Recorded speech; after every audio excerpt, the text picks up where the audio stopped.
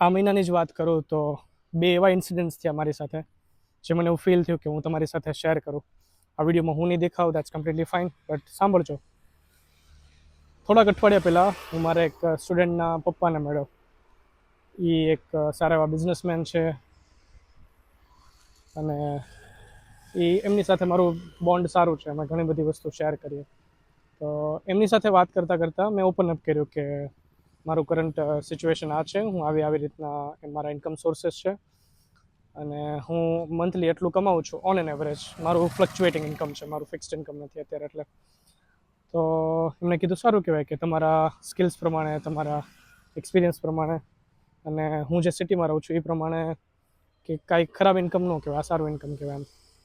અને આગળ વાત કરતાં એમને થોડી ઘણી પ્રોપર્ટી દેખાડી કે અહીંયા કામ શરૂ છે, બાંધકામ ને બધું શરૂ છે.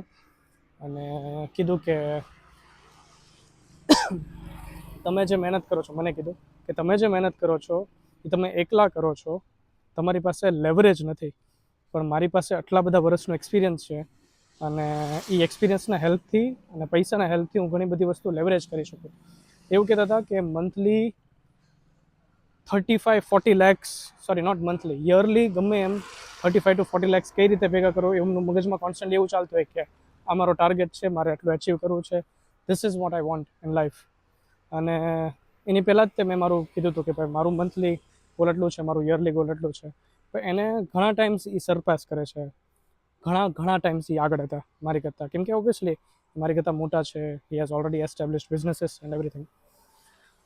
અને બીજી ઇન્સિડન્ટની વાત કરું તો આજે હું હમણાં વાળ કપાવવા બેઠો હતો, હજી અડધી કલાક પોણી કલાક પહેલાંની જ વાત છે.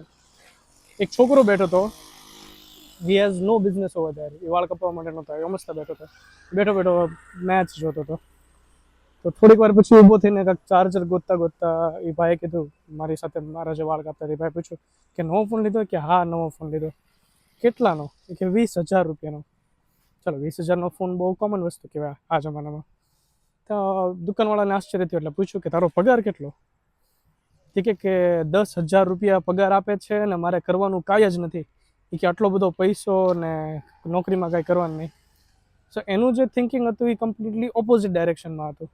તો મને આજે એ જાણવા મળ્યું કે તમારી સંગતની અસર તમારા થિંકિંગ ઉપર તો પડે જ છે, પણ એની સાથે સાથે તમે શું ગોલ સેટ કરો છો એની ઉપર ડિપેન્ડ કરે કે તમારી સાથે કેવા લોકો ટાઈમ સ્પેન્ડ કરે છે. સો ઇટ મેટર્સ અ લોટ કે તમે કોની સાથે છો, તમે શું વિચારો છો, તમે કેવા ગોલ્સ પોતાની માટે સેટ કરો છો. So make sure you at least start with your goals. કે ભાઈ ગોલ્સ હશે તો લાઈફમાં કાંઈક ડાયરેક્શન મળશે. ઘણા લોકો મને કહેતા હોય, મારા ફ્રેન્ડ્સ કહેતા હોય કે યાર જૈસન હું થાકી ગયો છું, હું શું કરું એમ ખબર જ નથી. અને હું એ લોકોને પૂછું કે તમારા ગોલ્સ શું, તમે કઈ દિશામાં જાઓ છો?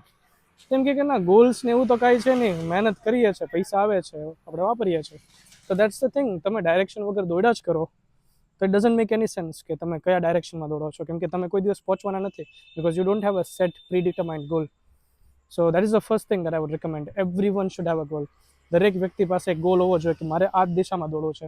હવે આનો સૌથી મોટો મને ફાયદો એ દેખાણો કે તમારું ડાયરેક્શન પહેલેથી સેટ હોય તો તમે ઘણા લોકોને ના પાડી દેશો કે ના મારી પાસે ટાઈમ નથી, હું આ ડાયરેક્શનમાં દોડું છું, હું આ દિશામાં નહીં જઈ શકું તમારી માટે.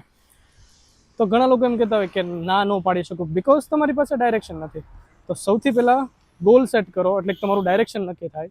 તો ઘણા લોકોને તમે ઓટોમેટિકલી ના પાડતા રહેશો કેમ કે આ તમારા ગોલ સાથે મેચ નથી થતું, તમારા જે પર્સપેક્ટિવ છે. નહીંતર શું થશે કે લોકો એના ડ્રીમ્સ પૂરા કરવા માટે તમને હાયર કરી લેશે કે ભાઈ મારા ડ્રીમ્સ પૂરા કરવા માટે તમે આવી જાઓ, હું તમને એટલા પૈસા આપી દઈશ and you will be happy with that.